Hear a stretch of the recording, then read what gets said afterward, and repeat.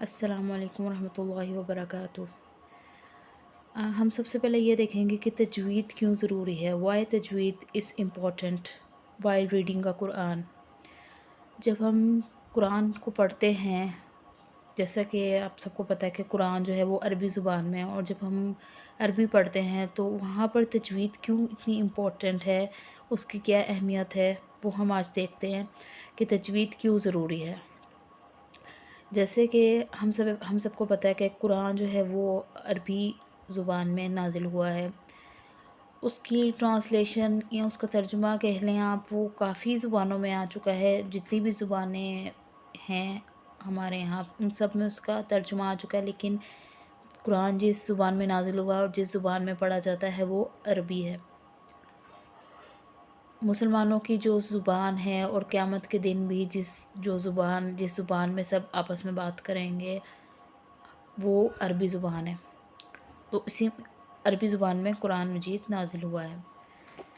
अब अरबी ज़ुबान के कुछ रूल्स हैं, कुछ ग्रामर्स हैं, जैसे कि आपको मिसाल देकर हम ये बता सकते हैं कि इंग्लिश लैंग्वेज होती है, उर्दू लैंग्वेज होती है, उनके अपने-अपने रूल्स होते हैं, उनकी अपनी रेगुलेशंस होती हैं।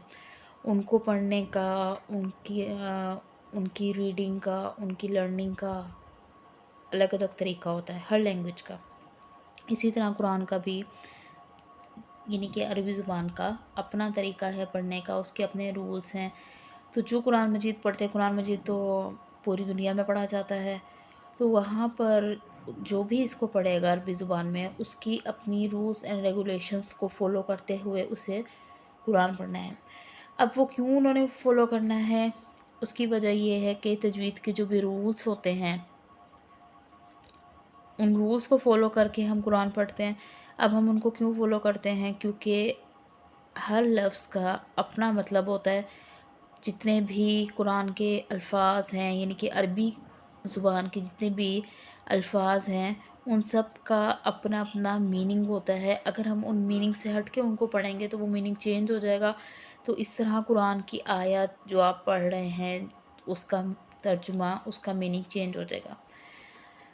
आपको ऐसे मिसाल देके समझाते हैं कि जैसे कि ये भी हा है,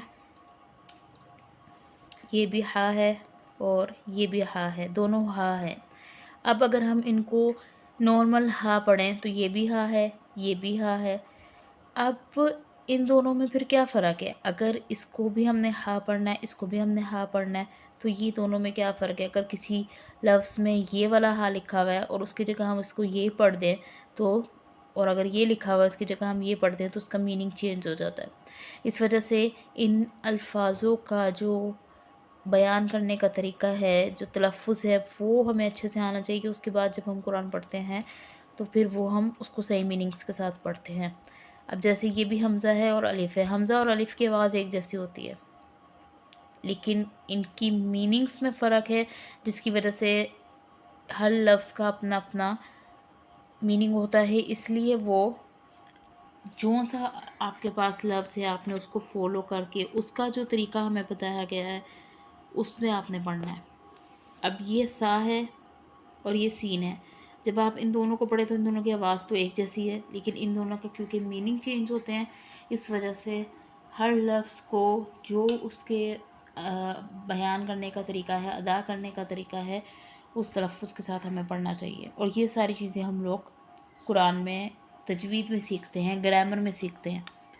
ये इतनी कोई मुश्किल चीज़ नहीं है, ये बहुत आसान है।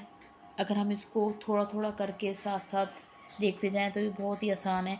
जिस तरह से हम बाकी लैंग्वेजेस सीखते हैं, उसी तरह ये भी एक लैंग्वेज है, लेकिन उससे पहले आप कहते हैं कि कुरान पढ़ना है, डायरेक्ट कुरान पढ़ना है, तो कभी भी किसी को डायरेक्ट कुरान नहीं सिखाया जाता।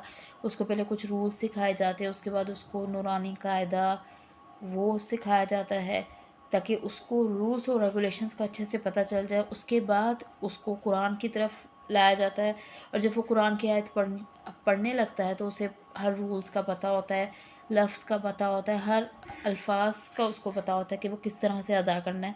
तो जब वो फिर उन रूल्स को फ़ॉलो करते हुए, और वो जो भी इसके कवायद होते हैं या कवानीन होते हैं, उनको पढ़ते हुए जब वो उनको फ़ॉलो करते हुए जब वो पढ़ते हैं, तो फिर कुरान का वही तर्जुमा जिस पे अल्लाह ताला ने जो हमें समझाने के लिए कुरान में जो भी उसका तर्जुमा है वो हम लोग सही से उसको अदा करते हैं। अगर हम लफ्ज़ों को आगे पीछे कर दें, क़वानीन को आगे पीछे कर दें, रूल्स को फॉलो ना करें सही से, तो वो तर्जुमा चेंज हो जाता है, जो कि बहुत एक बड़ा गुनाह है कि कुरान को चेंज करके पढ़ना। इसलिए आप लोग कोशिश करें कि साथ साथ हमारे सीखें। अब जैसे इन्हीं अल्फाज़ों की मिसाल ले लें कि ये मैं आपको अगर बताऊं कि किस तरह से पढ़े जाते हैं, तो आपको पता होगा कि यहाँ पे सीन और सा है, दोनों की एक जैसी आवाज़ है, दो हाँ हैं। कुरान में और भी इसकी जो हम लोग पढ़ेंगे, अलिफ बा पढ़ेंगे, पूरा पर देखेंगे उसमें, तो कौन से हाँ को किस तरह से पढ़ना है। ये भी कौफ है, ये भी काफ है। अगर हम इसको हम लोग कुरान में जो है थोड़ा वो मोटा करके पढ़ते हैं और इसको बारीक पढ़ते हैं। क्यों पढ़ते हैं? अगर हम इन दोनों को एक जैसा पढ़ लेंगे, लेकिन ये तो दूसरा वाला काफ है और ये कैफ है, ये बारीक वाला काफ है, तो किस तरह से पढ़ते हैं, इनके क्या रूल्स होते हैं, इनको किस तरह से फॉलो करते हैं, ये हम लोग इंशाल्लाह साथ साथ देखते रहेंगे। आप लोगों ने बस इतना करना है कि आपके पास जो भी वीडियो आएगी वो रोज़ की छोटी सी वीडियो होगी, बहुत ज़्यादा बड़ी भी नहीं होगी कि आप लोगों का इसमें कोई टाइम कंज्यूम हो। आप लोगों ने रोज़ के साथ साथ इसको देखते रहना है, सब्सक्राइब कर दें ताकि आपके पास रोज़ का लेक्चर आता रहे और कोई भी लेक्चर आपसे मिस ना हो। थोड़ा थोड़ा करके, बजाय इसके कि आप कुछ भी ना सीखें, इससे बेहतर है कि आप लोग थोड़ा थोड़ा करके इसको सीखें।